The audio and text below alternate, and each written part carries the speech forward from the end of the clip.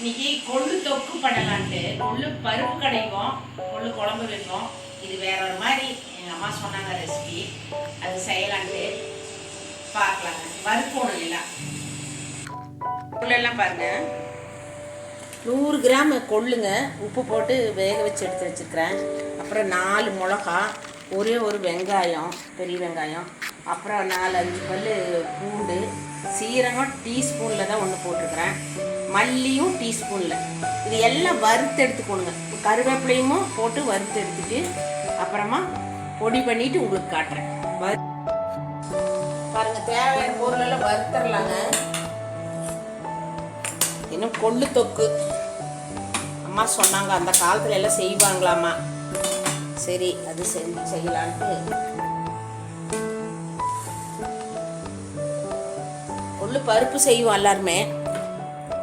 என்னமோ கொள்ளு தொக்கு சரி வறுத்து செய்யறதுங்களாமா. செய்யலாம். கொஞ்சமாக எண்ணெய் ஊற்றினா போதும்னாங்க.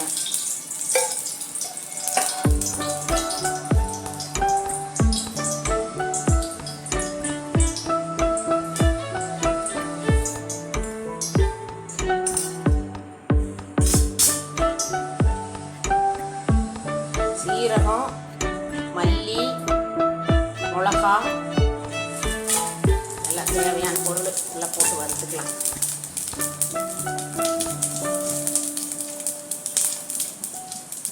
இந்த மாதிரி செஞ்சு சாப்பிட்டு பார்க்கலாம். அப்படியே சாப்பாட்டில் போட்டு பெரட்டி சாப்பிட்றதுங்களாமா.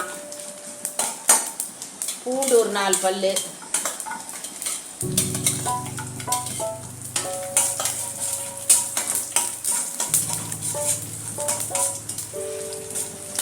அப்புறம் வெங்காயம்,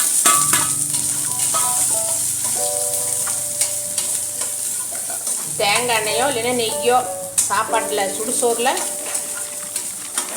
கொள்ளு தொக்குங்க இதுக்கு பேர். கொள்ளு பருப்பாக இருந்தால் நாங்கள் தக்காளியெல்லாம் போடுவோம். அப்புறம் முளைக்கட்டின குழம்பா இருந்தால் அது முளைக்கட்டி வச்சு மிளகாட்டி வைப்போம். இது வேறு மாதிரி. கருவேப்பிலை ஒரு 2 போட்டு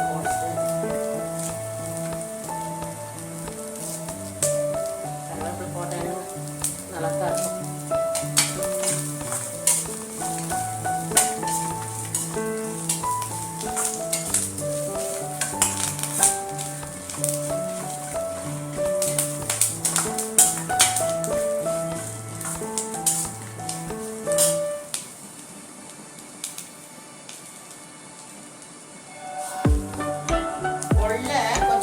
போட்டுங்க, கொஞ்சம் வேக வச்சு எடுத்து வறுத்துக்கிறதுங்க. வறுத்து அப்புறம் மிக்சியில் போட்டு, அப்போல்லாம் அவங்க இடிப்பாங்களாமா, கல்லில் போட்டு இடிப்பாங்களாமா. எங்கேயும் போகிறது இடிக்கிற கல்லெல்லாம் இல்லை, மிக்சியில் போட்டு ஒரு அடி அடிச்சுக்க வேண்டியது தான்.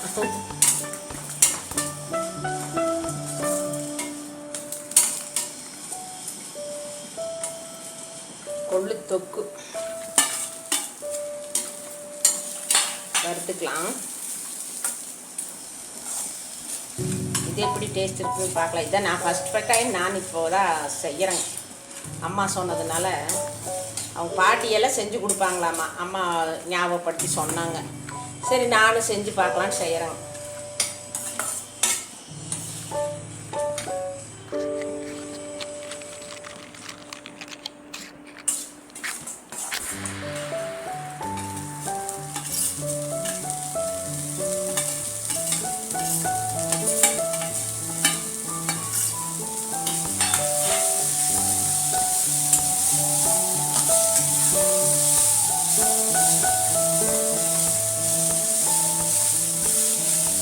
போட்டு ஒரு சவுண்ட் விட்டு எடுத்துட்டேங்க. போதும், ரொம்ப வேக வேண்டாம். கொண்டு உப்பு போட்டு ஒரு சவுண்ட் விட்டு எடுத்துக்கங்க. அப்புறமா இந்த மாதிரி வறுத்து எடுத்து ஆறுன பிறகு பொடி பண்ணிக்கிறோம். கொள்ளு எப்படி சேர்த்துனாலும் நல்லதுதான் உடம்புக்கு.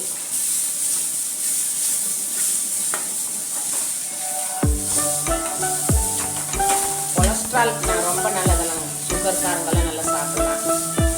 கொலஸ்ட்ராலே கொஞ்சம் கூட கிடையாது.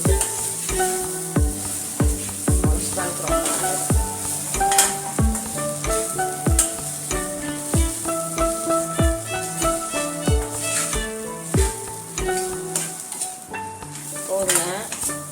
இப்போ நான் இது ஆறின பிறகு பொடி பண்ணிவிட்டு உங்களுக்கு காட்டுறேன்.